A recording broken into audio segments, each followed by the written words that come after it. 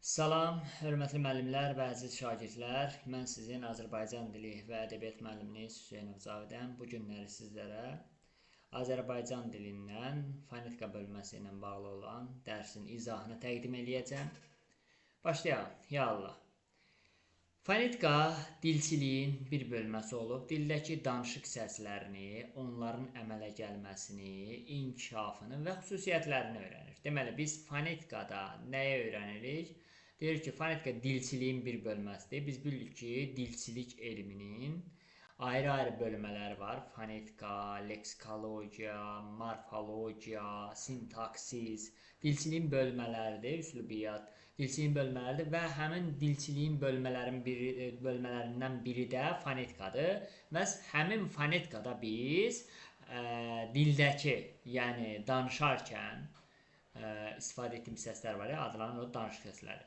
Danışıq səslərini öyrənəcəyik. Sonra həmin danışıq səsləri necə əmələ gəlir, onu öyrənəcəyik. Sonra necə inkişaf edir danışıq səsləri, onu öyrənəcəyik və həmin danışıq səslərinin xüsusiyyətini öyrənəcəyik. Fonetika Yunan sözüdür. Foni səs deməkdir, tika da elm deməkdir. Yəni fonetika səs haqqında elmdir. Biz də bilirik ki, təbiətdə çoxlu səslər var. Təbiətdə çoxlu səslər var. Həmin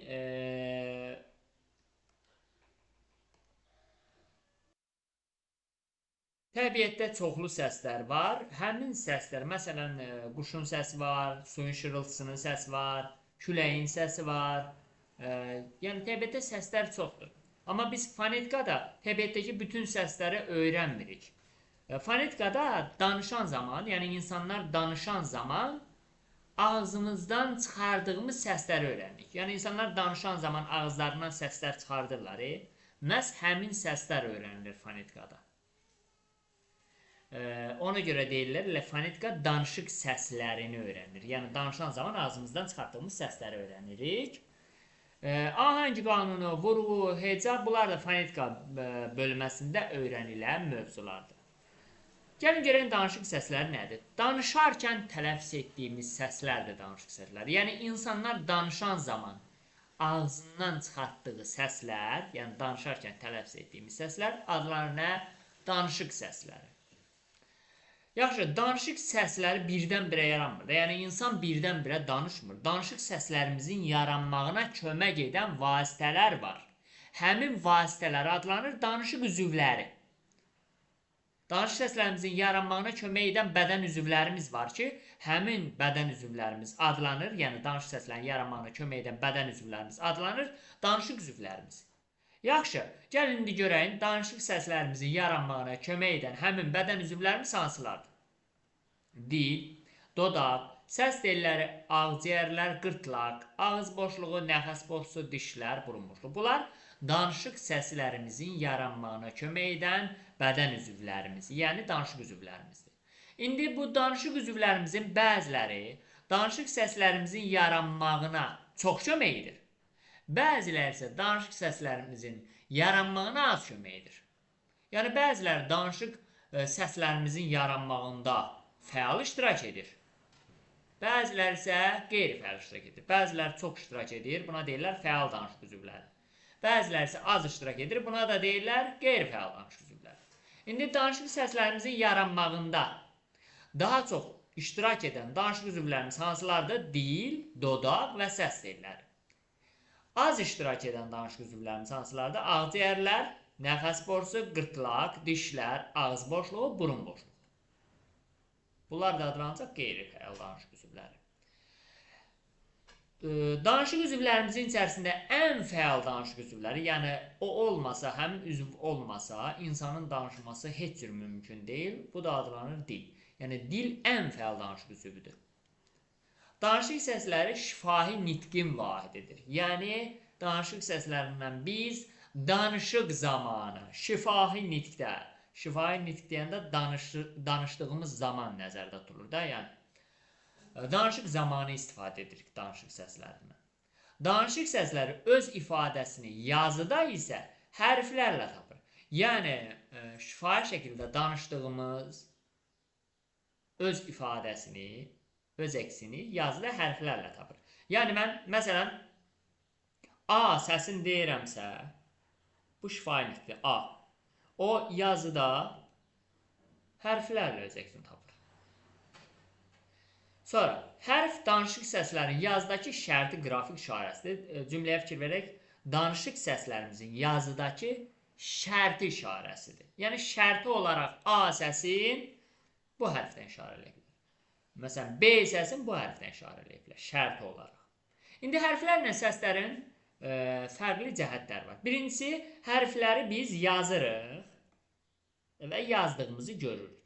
Səsləri isə C deyirik və dediyimizi eşidirik.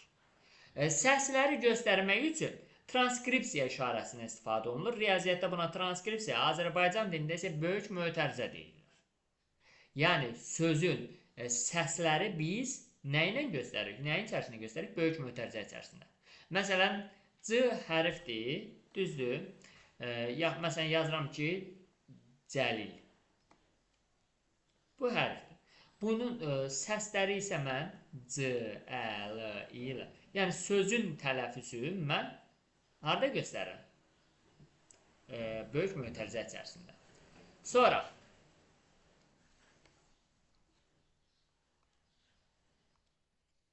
eyni zamanda səslər hərflərin ikinci fərqi odur ki, səslər az dəyişir, hərflər isə səslərə nisbətən daha çox dəyişir. Sözün hərf və səs tərkibi. Sözün hərf və səs tərkibi iki cür fərq olur. Sözün hərf və səs tərkibində iki cür fərq olur. Bu fərqlərdən biri kəmiyyət fərq olur, biri keyfiyyət fərq olur. Yəni, sözün hərf və səs tərkibi deyəndə, hərf deyəndə sözün yazılışı nəzərdə tutulursa, səs deyəndə sözün deyilişi nəzərdə tutulur. Sözün yazılışı ilə deyilişi arasında, yəni, iki cür fərq olur. Biri kəmiyyət fərqi, biri isə keyfiyyət fərqi. Yaxşı, kəmiyyət fərqi necə baş verir? Ya sözün tələffüzündə, bax yazışında yox ha, tələffüzündə səs düşümü ya da səs artımı hesabına olur kəmiyyət fərqi. Sözün tələffüzündə. Əgər sözün tələffüzündə səs artacaqsa, deməli orada kəmiyyət fərqi var. Ya sözün tələffüzündə səs düşəcəksə, deməli orada kəmiyyət fərqi var. Məsələn, radio yazıram. Neçə hərfdir radio? 2, 4, 5 hərfdir. Radio deyirəm, 6 səs oldu. 5 hərf, 6 səs. Yəni, səs artımı oldu da. Sözün tələffüzündə səs artımı oldu. Deməli, burada kəmiyyət fərqi var. Kəmiyyət fərqinin digər adı say fərqidir. Yəni, kəmiyyət fərqi demək elə say fərqidir. Yəni, sözün yazışı ilə deyilişi arasında say fərqi varsa, deməli, orada kəmiyyət fərqi var. Yaxud da, məsələn, təəssüf yazıram. Düzdür? Neçə hərfdir? 2, 4, 6, 7 hərfdir, 6 səsdir.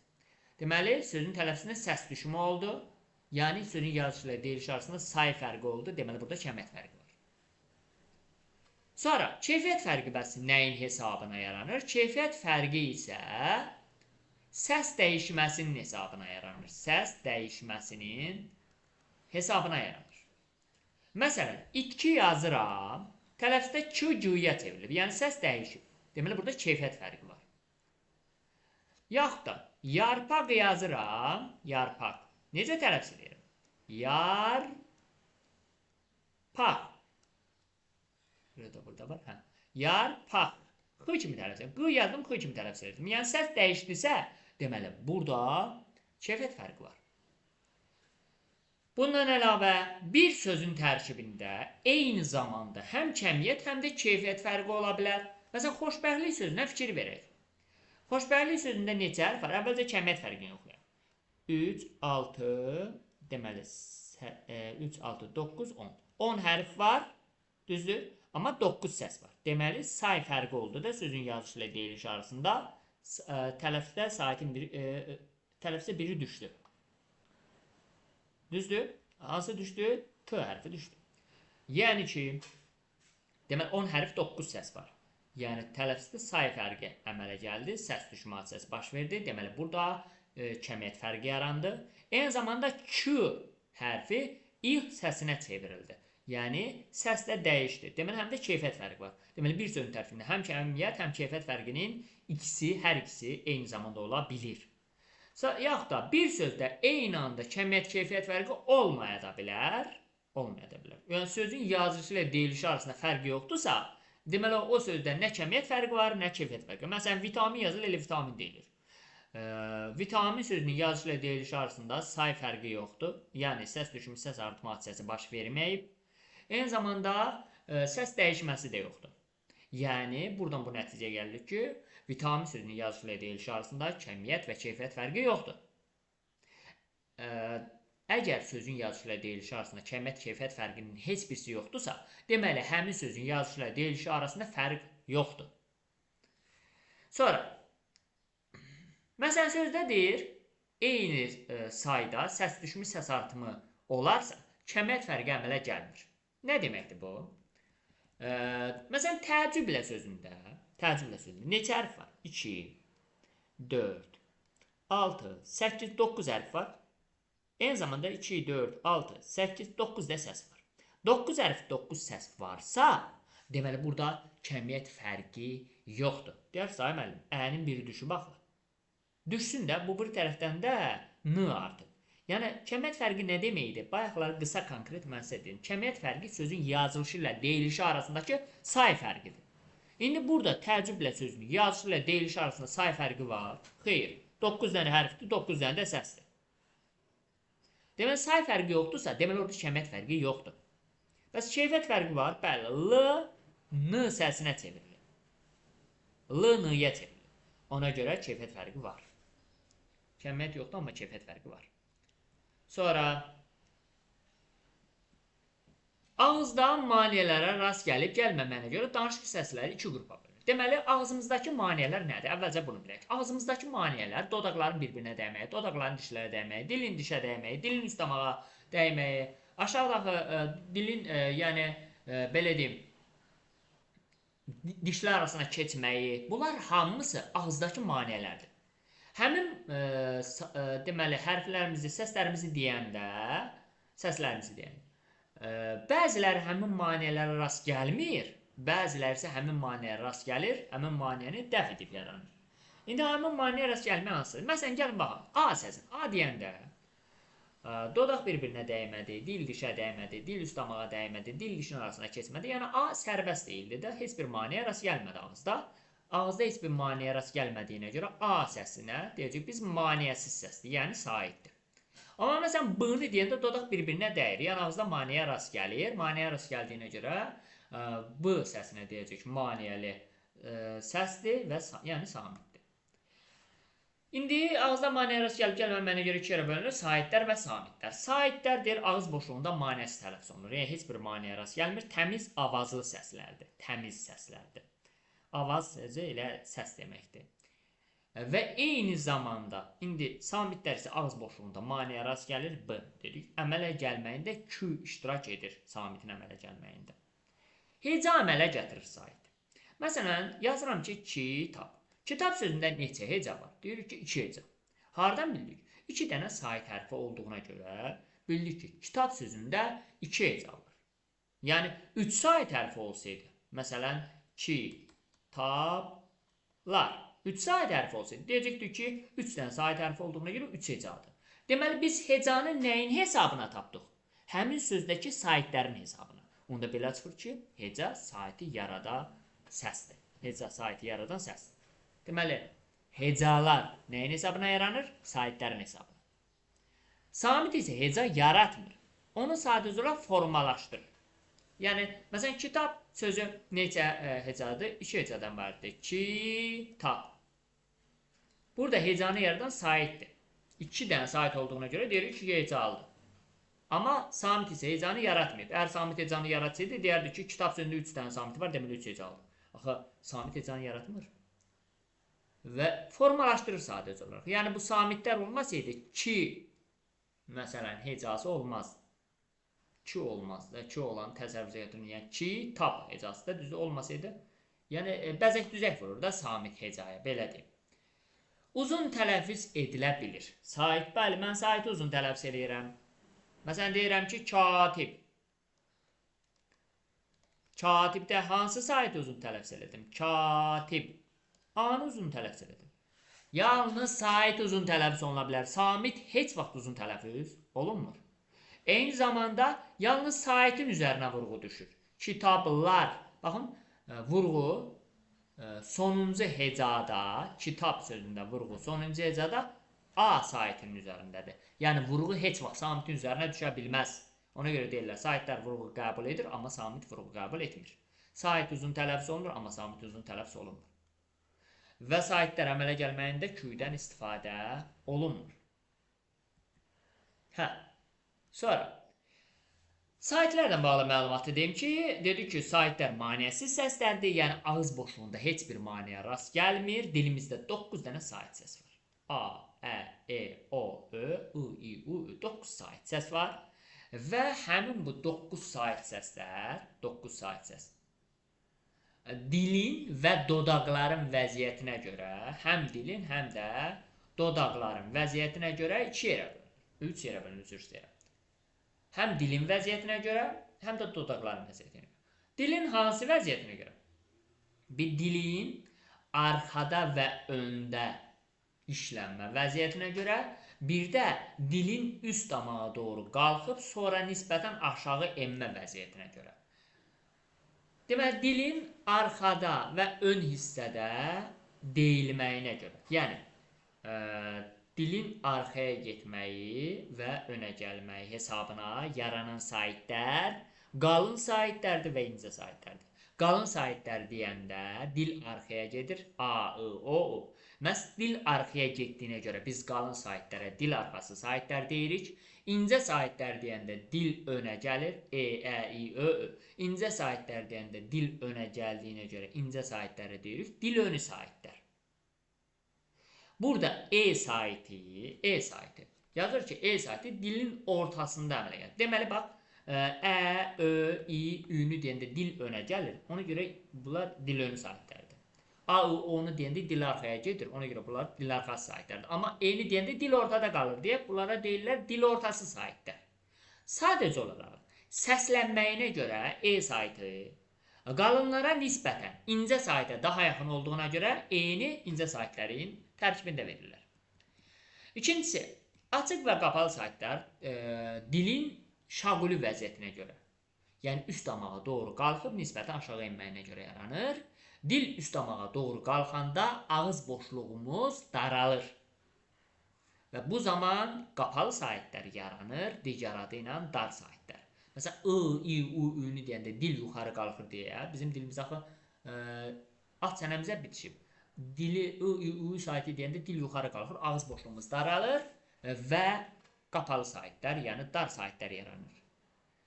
Açıq saitlər deyəndə dil aşağı enir nisbətən və ağız boşluğumuz genəlir, A, E, Ə, O, Ö və açıq saitlər əmələ gəlir, yəni gen saitlər əmələ gəlir. Sonra, dodaqlanan saitlər, dodaqların vəziyyətinə görə dodaqlanan sait və dodaqlanmayan saitlər yaranır. Dodaqlar irəli gəlib dairə vəziyyət alanda dodaqlanan saitlər olur, U, Ü, O, Ö.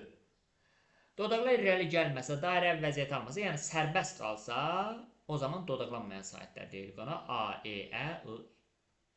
Sonra, saitlərin uzun tələffüz olunmağı ilə bağlı məlumat deyim. Dilimizdə elə sözlər var ki, tərkibindəki saitlərin biri digəri nisbətən uzun tələffüz olunur. 9 saitimiz var. Hansılar idi? A, I, O, U, E, Ə, I, Ö, Ü. Bu 9 saitimizdən 7-si, hansının qarşısında üstəgəl işarəsi qoyacağımsa olar. 7-si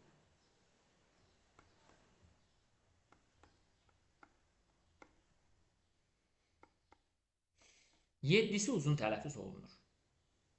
Yəni A, O, U, E, Ə, I, Ö uzun tələffüz olunur. Məsələn, deyirəm ki, tətil. Nəyə uzadıram? Ə saitini uzadıram. Tətil, təcili, mötəbər. Ə və Ö saitləri uzun tələffüz olunur. Sözdə uzanmanı necə tapırıq? Sözü 3-4 dəfə bərkdən deyirik və dediyimiz sözə qulaq asırıq. Xüsusilə oradakı saitlərə qulaq asırıq.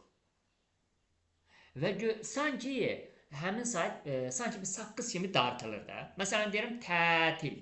Tətil, tətil. Əni uzatdım və hansı sayt uzun tələffüz edirəmsə, tələffüzdə, baxın, yazışda yox, tələffüzdə həmin saytdan sonra qoşan nöqtə qoyuram. Məsələn, tətil sözündə mən əni uzun tələffüz elədim və həmin ə saytindən sonra qoşan nöqtə qoydum. Fikir verin. Əni uzun tələffüz eləmişəm və ədən sonra qoşan nöqtə qoydum. Təcili sözündə əni uzun tələffüz elədim, tələffüzdə ədən sonra qoşan nöqtə qoydum. Yazışda sonra qoşan nöqtə qoymaq olmazsa, ancaq sözün tələffüzündə qoşan nöqtə qoyulur. Hansı saytda uzun tələffüz elədimsə, ondan sonra qoşan nöqtə qoyulur.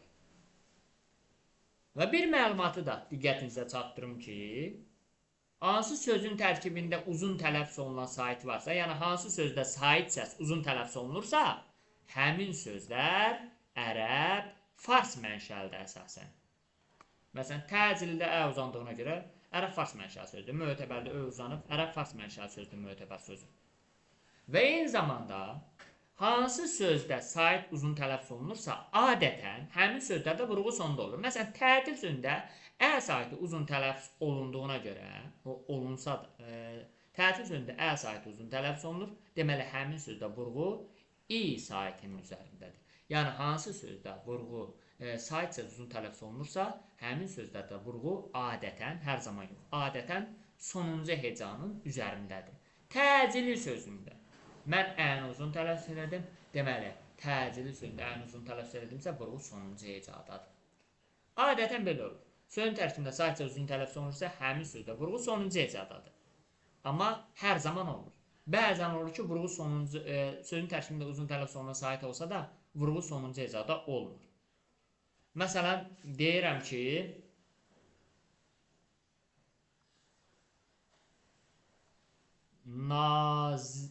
nazikdir. Baxın, nazikdir sözündə mən A-nı uzatsam da nazikdir. Dil şəkilçisi vurğu qəbul etməyən şəkilçi olduğu üçün vurğu sonuncu hecaya düşməyəcək. Ondan əvvəlkinə düşəcək.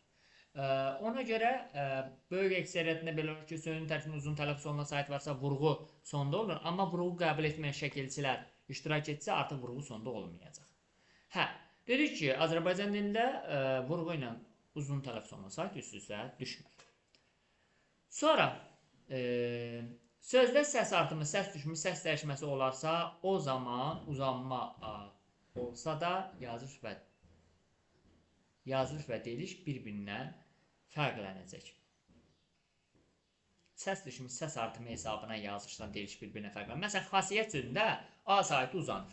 Amma o A saytın hesabına sözün yazılışından deyiliş arasında fərq yaranmayıb. Orada sözün yazılışı ilə deyiliş arasında fərq yaranmağının səbəbi Y samitinin tələffüzdə düşməyidir. Yəni, sayt uzanması yazılışla deyiliş arasında heç vaxt fərq yaratmır. O zaman yazılışla deyiliş arasında fərq olar ki, onun tələffüzündə ya səs dəyişməsi, ya səs artımı, ya da səs düşümü olsun. Yəni, kəmiyyət və keyfiyyət fərqi olsun. Onda yazılışla deyiliş arasında fərq olar. Uzun tələffüz edilən saytlərdən sonra dedik ki, qoşan nöqtə qoyulur. Əks halda tələffüz yanlış olar. Yəni, biz nə demək istəyir? Məsələn, bizə deyir ki, kamil. Deyir, bu sözü tələffüz edin. Mən əgər kamil sözünü ilə kamil bu formada yazsam, bu söz düzgün tələffüz deyil. Çünki kamil sözündə mən A-nı uzadıramsa A saytın. Deməli, A-dan sonra mütləq tələffüzdə mütləq A-dan sonra qoşan nöqtə qoymalıyım. Əgər qoşan nöqtə qoyulmasa, yazılışla deyiliş arasında tələffüz, yəni düzgün göstərilməyəcək. Sonra, bununla bağlı məlumat verdim. Dedik ki, I və Ü saytı heç vaxt uzun tələffüz olunur. Ü, bir dənə üfüqi sözündə ikinci Ü uzun tələffüz olunur. Qalan sözlərdə demək olar uzanma yoxdur. Bir də cüzi sözünü deyirlər ki, orada Ü uzun tələffüz olunur. Sonra, tərkibində ov, öv hərfi birləşmələri olan sözlərdə səs düşümü hadisəsi baş vermir.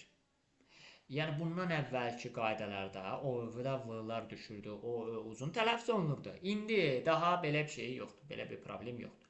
Hansı sözün tərkibində ov, öv, yaxud da öv və əh varsa, bilin ki, orada v-lar, h-lar düşməyəcək. Məsələn, cövhər sözündə öv var, elə cövhər yazılacaq öv, cövhərdə deyiləcək. Çovğunda, çovğun yazılacaq, çovğun deyiləcək. Da çoğun deyilməyəcək. Dovğa yazılacaq, dovğa deyiləcək bu formada. Yaxud da şöhrətli yazılacaq ö-lə. Şöhrətli deyiləcək. Bax, ö. Yəni, h-lar düşməyəcək. Söhbət edəcək, söhbət ediləcək. Sonra.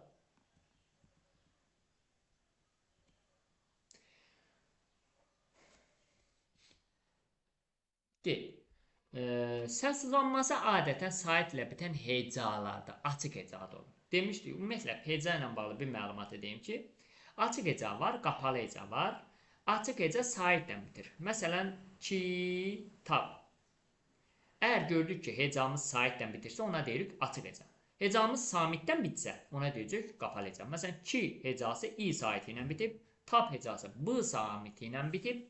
Deməli, ki hecası saitdən bitdiyinə görə açıq heca, tab hecası samitdən bitdiyinə görə qapalı hecadır. İndi deyir, açıq hecada səs uzanması açıq hecalarda olur. Yəni, əgər səs uzanması varsa, o açıq hecada olacaq da, qapalı hecada olmayacaq. Bu o demək deyil, elə bütün açıq hecalarda səs uzanması olur. Elə kitab sözündə, məsələn, ki hecasında heç səs uzanması yoxdur. Amma səs uzanması olsa, açıq hecalarda olur. Məsələn, deyirəm ki, katib. Nə uzatdım? A-nı uzatdım. Düzdür? Və baxıram, görürəm. Burada katib. A-nı uzatdım. Və burada A saiti uzun tələffüz olunur. Səs uzanması A saitin hesabına olur. Yəni, qısa qanqırı ka hecası açıq hecadır və səs uzanması da məhz açıq hecada olur. Adətən bütün, yəni sözlərimizin böyük əksəriyyətində səs uzanması açıq hecada olur. Amma istisna, xassə və maddə sözlərində, xassə sözünü yazıram bura, maddə sözündə yazıram. Xassə sözünü hecalara bölürəm, xassə. Xassə və maddə sözlərində səs uzanması məhz qapalı hecada olur. Maddə sözündədir. Fərqi yoxdur. Sonra hecadır. Bunlar əzbərlənsə daha yaxşı olar, çünki bunlar belədir. Əzbərlənsə biləcək ki, bunlarda səs uzanması yoxdur. İlk başına elə gəlir, var, amma yoxdur. Heca, müəmma, hazırki, hesab, məhsul, vitamin, cümhuriyyət, təsadüfən, cürətli, çavuş, əyar, dəhşətli kimi sözlərin səs uzanması yoxdur. Sözlərdə səs uzanması yoxdur. Uzun tələffüz edilən sait vurğu qəbul etmir. Uzun tələffüz edilən saitimiz, hansı sait uzun tələffüz edilirsə, vurğu qəbul etmir. Biz bayaqları belə bir şey dedik də. Məsələn, dedik ki, alim sözündə hansı sait uzadırıq? Alim, A-nı uzadırıq, düzdür? Hansı sözün tərkibində dedik ki, sait uzanması varsa, həmin sözdə vurğu sonda olur. Yəni, həmin uzanan saitin üzərinə vurğu düşmür. Yaxud da, başqa nümunə deyim. Elan sözündə nəyə uzadırıq? Eni, deməli, sözün tərkibində sait uzanması varsa, vurğu uzun tələffüz olunan saitin üzərinə düşməyəcək. Digər hecaların üzərinə düşəcək. Yəni, sözün tərkibində sait uzanması varsa, vurğu həmin uzun tələffüz olunan saitin üzərinə düşmür Azərbaycan dilində. Amma bəzi sözlər var ki, onlarda vurğu ilə uzun sait üst-üstə düşür. O sözlər hansılardır? Bəzi, bəzən, daim, daima, yəni, lakin, sonra, bəli. Bu sözlərdə vurğu ilə uzun sait üst-üstə düşür. Bunları əzbərləmək lazımdır. Yəni, bəzi yazdım. Tələffüzü necədir? Bəzi. Nəyə uzatdım? Ə saitini uzun tələffüz elədim. Həm ə saiti uzun tələffüz olunur, həm də ənin üzərinə vurğu düşür. Yəni, bu sözlərdə vurğu ilə uzun tələffüz olunan sait üst-üstə düşür. Sonra, bir sıra sözlərdə isə sözün tərkibində iki uzanma olur. Tabeli sözündə iki uzanma var. A və E saiti. Dəvətnamə sözündə iki uzanma var. Və bilmək lazımdır ki, anə, yanə və namə sözlərindəki, daha doğrusu hissələrindəki, şəkilsi də gedir, bəzilər söz də gedir, A saitləri hər zaman uzun tələffüz olunur. Sonra, bəzi sözlər var ki, həmin sözlər uzun tələffüz olunub-olunmamağına görə mənası dəyişir. Yəni, mən həmin sözü uzun tələffüz eləsəm, başqa məna verəcək, uzun tələffüz eləməsəm, başqa məna verəcək. Məsələn, nərə sözü. Nərə sözündə mən əni uzatsam, nərə, bağırtı, qışqırtı mənasını verəcək. Uzatmasam, balıq növü mənasını verəcək. Deməli, bunlara deyirlər, uzun tələffüz olunub-olunmamağına görə mənası dəyişən sözlər. Bax, vurğusu dəyişməklə mənası dəyişən söz yox, ha. Uzun tələffüz olunub olunmamağına görə mənası dəyişən söz. 4 dənə dəmir söz. Nərə, əyan, dava və bəzən. Sonra qoşa sahibli sözlərə gəlirik. Qoşa sahibli sözlər dedik ki, sözün tərkibində əgər iki sahib yanaşı gəlirsə, fərqi yoxdur. Eyni sahib olsun, başqa-başqa sahib olsun, fərqi yoxdur. 2 dənə eyni sahib yanaşı gəlirsə, buna deyirik qoşa sahibli söz. Qoşa sahib deyirik. Məsələn, A, I. 2 dənə başqa-başqa sahib yanaşı gəlib, deməli bu qoşa sahibdir. Yaxud da Ə, 2 dənə eyni sahib yanaşı gəlib, deməli bu da qoşa sahibdir. Deməli sözün tərkibində 2 sahib yanaşı gəlirsə, onlara deyirik qoşa sahib. İndi bu qoşa sahiblər 2 yerə bölünür. Eyni cinsli qoşa sahiblər var. Bir də müxtəlif cinsli qoşa sahiblər var. Əgər 2 dənə eyni sahib yanaşı gəlsə, ona deyəcək eyni cinsli qoşa sahib. Amma 2 dənə başqa-başqa sahib yanaşı gəlsə, ona deyəcək müxtəlif cinsli qoşa sahib. Məsələn, Ə 2 dənə eyni sahibdir, deməli bu eyni cinsli qoşa sahibdir. AI başqa-başqa sahiblərdir, bu isə müxtəlif cinsli qoşa sahiblərdir. Eyni cinsli qoşa sahibli sözlərdə qoşa sahiblər bir uzun saat kimi tələffüz olunur. Yəni, saatin biri düşür, digəri uzun tələffüz olunur. Məsələn, saat sözündə 2 dənə eyni saat yanaşı gəldiyinə görə deyirik, eyni cinsli qoşa saatdir. Tələffüzdə saatin biri düşəcək, digəri uzun tələffüz olunacaq. Saat. Eyni cinsli qoşa saatli sözlər də, eyni cinsli qoşa saatli sözlər. Ya sözün ortasında gələcək, ya da sonunda. Yəni, əvvəlində gələ bilməz. Məsələn, təbii sözündə i-nin biri düşəcək, biri uzun tələffüz olunacaq. Qısa konkret. Eynicili qoşa saat ya sözün ortasında gəlir, qoşa saatlər, ya da sözün sonunda gəlir. Əvvəlində eynicili qoşa saat gələ bilməz. Belə sözlərin demək olar ki, hamısında yazışı ilə deyilişi fərqlənir. Bəli, eynicili qoşa saatli sözlərin yazışı ilə deyilişi fərqlənir. Sözün ya ortasında gəlir, eynicili qoşa saat, ya da sonunda gəlir. Nümunələrdən də aydın olduğu kimi. Və eynicili qoşa sahib sözün əvvəlində gələ bilmir heç vaxt. Eynicili qoşa sahiblərdə qayda belədir ki, sahibin biri düşür, digəri uzun tələffüz olunur. Amma burada istisna olaraq bəzi məqamlar var ki, babə ilə düzələn sözlərdə, məsələn, an, ba, an sözün tərkibində eyni cinsli qoşa sahib gəlsə də, həmin sahiblərdən biri düşmür, o birisi də uzun tələffüz olunmur. An, ba, an. Necə yazırsa elə də deyilir. Bu formada. An, ba, an, sonra ad, ba, ad və s. Sonra bunlardan bağlı məlumatda dedim. Eynicili qoşa sahibli sözlərdə səs düşümü olsa da, səs və hərf tərkibi kəmiyyətcə fərqlənməyə bilər. Bununla bağlı məlumatı bayaq demişdim. Müxtəlif cinsli qoşa sahibli sözlərə gəlirik indi. Müxtəlif cinsli qoşa sahibli sözlərdə 2 dənə müxtəlif sahib yanaşı gəlir. Bunların tələffüzü fərqli olur. Bəzi müxtəlif cinsli qoşa sahiblərin arasına y samiti əlavə olunur. Bəziləri isə olduğu kimi qalır. Dəyişmir yəni. Hansılardır arasına y əlavə olunan? Burada bunu qarışıq bilirlər. Mən bunu belə yazım. Belə yadda saxlayın. A, I, A. Ə, I, Ə. U, I, U. Bir də fərqli olanlar vardır. I, O, A, Ü. Hansı sözlər tərkibində bu müxtəlif cinsli qoşa sahibləri gördünüzsə, bilin ki, tələffüzdə arasına y samiti əlavə olunacaq. Məsələn, radioda I, O var, arasına y artırılıb. Radiumda I, U var, arasına y artırılıb. Faciədə I, Ə var, arasına y artırılıb. Bu formada.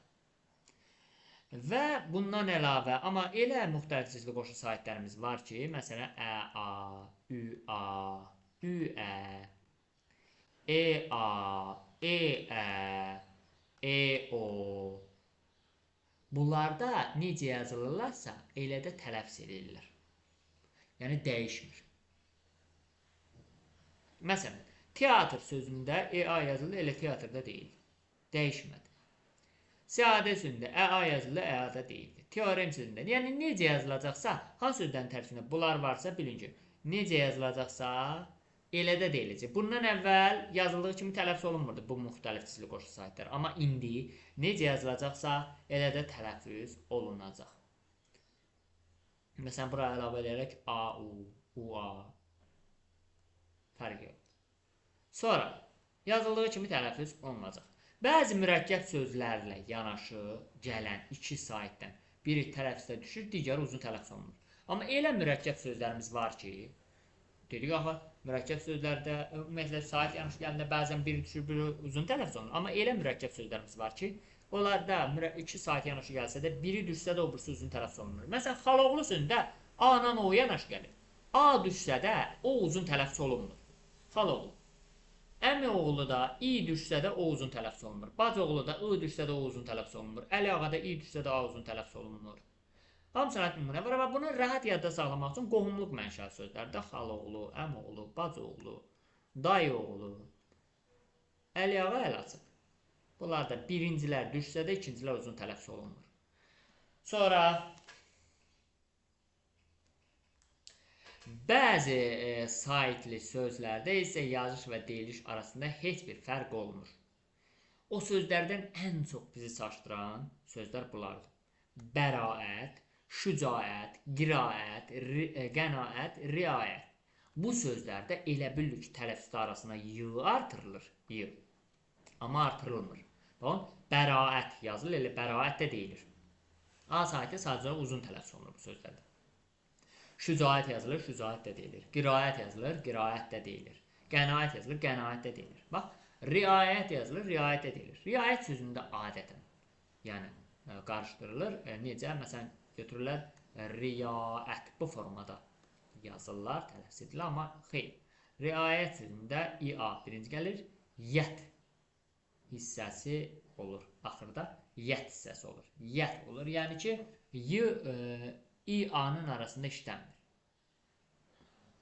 Sonra digərlərini tapmaq rahatdır. Şuara, fəal, məal, şuar, şua bu tipli sözlərin yazışla deyilişi fərqlənmir.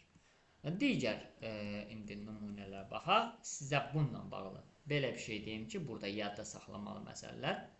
Ümumiyyətlə, o saiti bəzi alınma sözlərdə o, bəzi sözlərdə a kimi tələffüz olunur. Bu nə zaman baş verir? Əgər o saiti vurğu qəbul etməzsə, onda o aya çevriləcək. Məsələn, modeldə o vurğu qəbul etmədiyinə görə o aya çevrildi tələffüzdə, model. Olimpiya sözündə o vurğu qəbul etmədiyinə görə o aya çevrildi, olimpiya. Monoloq sözündə o vurğu qəbul etmədiyinə görə o'lar aya çevrilir, monoloq. Hansılar da o vurğu qəbul etmirsə, o'lar tələffüzdə aya çevrilir. Amma hansılarda o vurğu qəbul edirsə, o elə olduğu kimi qalacaq. Məsələn, obraz sözündə o çerik, orden sözündə o'lar vurğu qəbul etdiyinə görə o yazıldığı kimi tələffüz olunur. Yəni aya çevrilmir. Sonra İstisna burada okean sözündə o saiti vurğu qəbul etməsə də o deməli tələffüzdə a kimi yox. Məsələn, okean elə okean kimi tələffüz olunacaq. Vurğu qəbul etməsə də. Deyirik, o vurğu qəbul etməndə aya çevrilir. Amma okean sözündə o vurğu qəbul etməsə də aya çevrilmir. Elə yazıldığı kimi tələffüz olunur. Bir də burada məsələn götürüb ikinci nümunəni əzbərləməyə ehtiyac yoxdur. Bu rahat olanı əzbərləyin. Birincini, bəzi sözlər var ki, dilimizdə xüsusilə test və imtahan məqamında daha çox rastlaşırıq. İlahi, görürsən, məsələn, ülvi yazılır, yoxsa ülvü, ümid yazılır, görürsən, ümid. Bunu bilmək üçün sonra i ilə bitən bu sözləri götürün, əzbərləyin. Və bilin ki, bunlar i ilə yazılır, i ilə deyilir. Bunlar əzbər bilin və yerdə qalanlar, yəni digərləri isə bilin ki, artıq ü ilə yazılıb, ü ilə deyiləcək. Sonra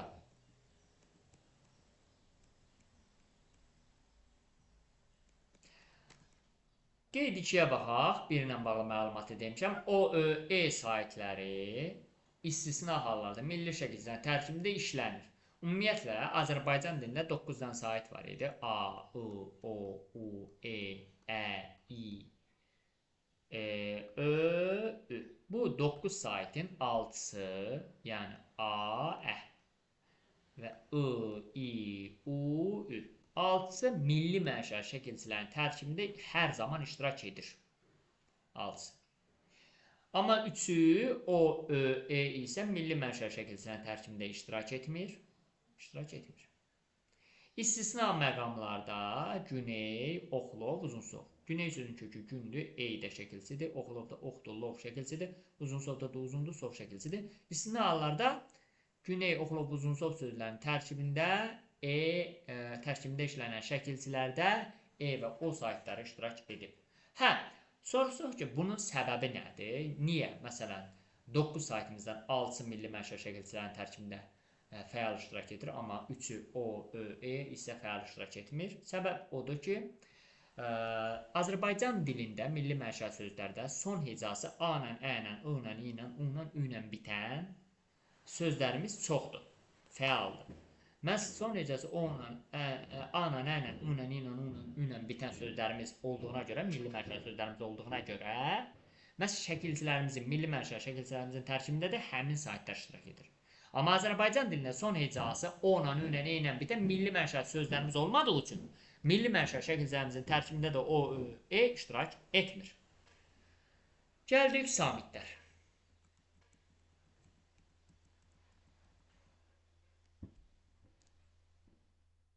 Samitlər. Saitləri tələffüz edərkən ağız boşluğunda maneəyə rast saitləri tələffüz edərkən ağız boşluğunda maneələrə rast gəlmirdi. Saitlərdən fərqli olaraq samitləri tələffüz edəndə ağız boşluğunda maneəyə rast gəlir. Ona görə samitlər maneəli, yəni külli səslər deyirlər. Səs tellərinin iştirakına görə samitlər kar və cingiltili olaraq iki yerə bölünür. Deməli, nəyin iştirakına görə? Bəzən çaşdırmaq məqsədinə deyirlər ki, küyün iştirakına görə. Xeyr, səs tellərinin iştirakına görə samitlər kar və cingiltili olaraq iki yerə bölünür.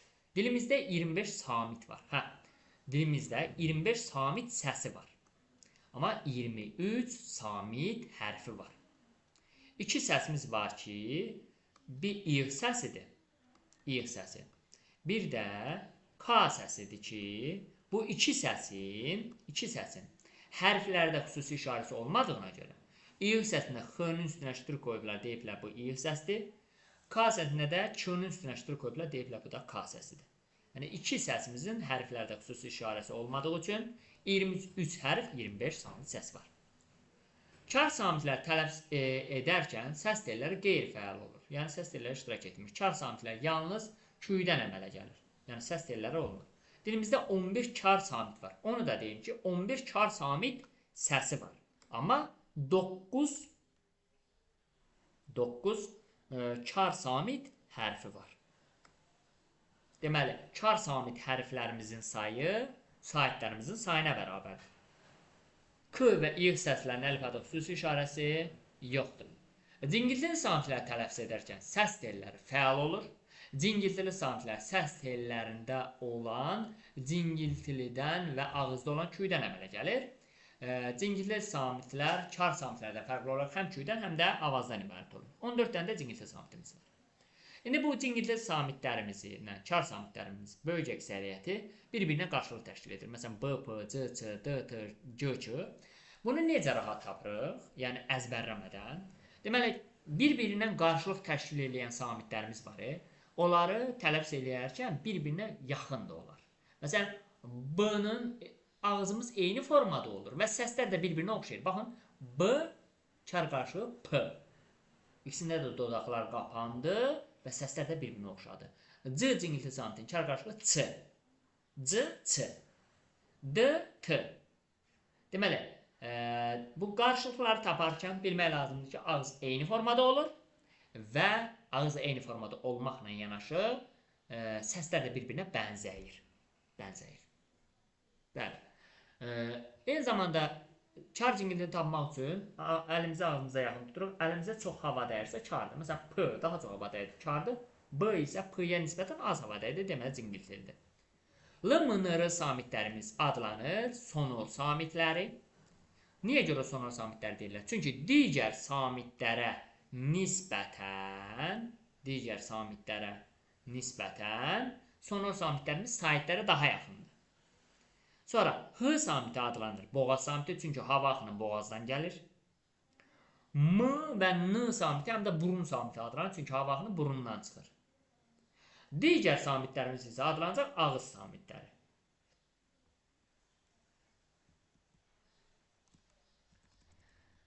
Sonra Q hərfi. Q kar samiti.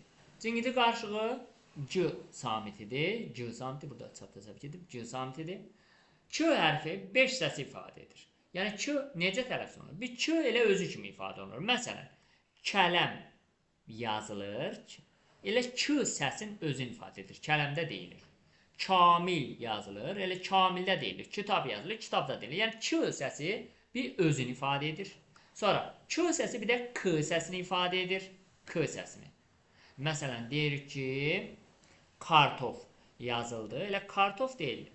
K-ni ifadə etdi. Ç səsi K-ni ifadə edir. Kapitan yazılır. Kapitan deyilir. Yəni K-ni ifadə etdi. Sonra Ç səsi İ səsini ifadə edir. Məsələn, çiçək yazıldı. Necə tələffüz edirik? Çiçək. Bax, Ç səsi bir də İ səsini ifadə edir. Nə zaman? Bununla bağlı məlumat edeyim. Azərbaycan dilində sonu Q ilə bitən milli mənşəli sözlərimiz var ki, o sözlərə, Q ilə bitən sözlərə heç bir şəkilçi mən, heç bir söz artırmasam, onda Q, İ kimi tələffüz olunacaq. Məsələn, çiçək sözünə Q-dan sonra mən heç bir şəkilçi, heç bir söz artırmamışam.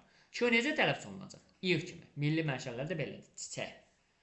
Çörək yazılacaq, çörək deyiləcək. Ləçək yazılacaq, ləçək deyiləcək. Yəni, Q-dan sonra heç bir şəkilçi, heç bir söz artırmasam, Q, İ kimi tələffüz olunacaq. Yaxud da sonu Q ilə bitən milli mənşəli sözlərimizə samitdən başlayan şəkilçi, samitdən başlayan söz artırsam, yenə də Q, İ kimi tələffüz olunacaq. Məsələn, çiçəklər necə tələffüz olunacaq? Tələffüzdə olacaq çiçəklər. Çiçək sat necə tələffüz olunacaq? Çiçək sat. Yəni, sonu Q ilə bitən milli mənşəli sözlərimizə heç bir şəkildə heç bir söz artırmayanda Q, İ kimi tələffüz olunur. Eyni zamanda samitdən başlayan şəkilçi, samitdən başlayan söz artıranda yenə də Q, İ kimi tələffüz olunur. Yəni Q-nun İ kimi tələffüz olunma məqamları bunlardır. Baxın, burada nümunələrin üzərində baxaq denəm. Məsələn, çörək Q-dan sonra heç bir şəkildə artırılmadığına görə İ kimi tələffüz olunur. Çörək. Bilik Q-dan sonra heç bir şəkildə artırılmadığına görə İ kimi tələffüz olunur.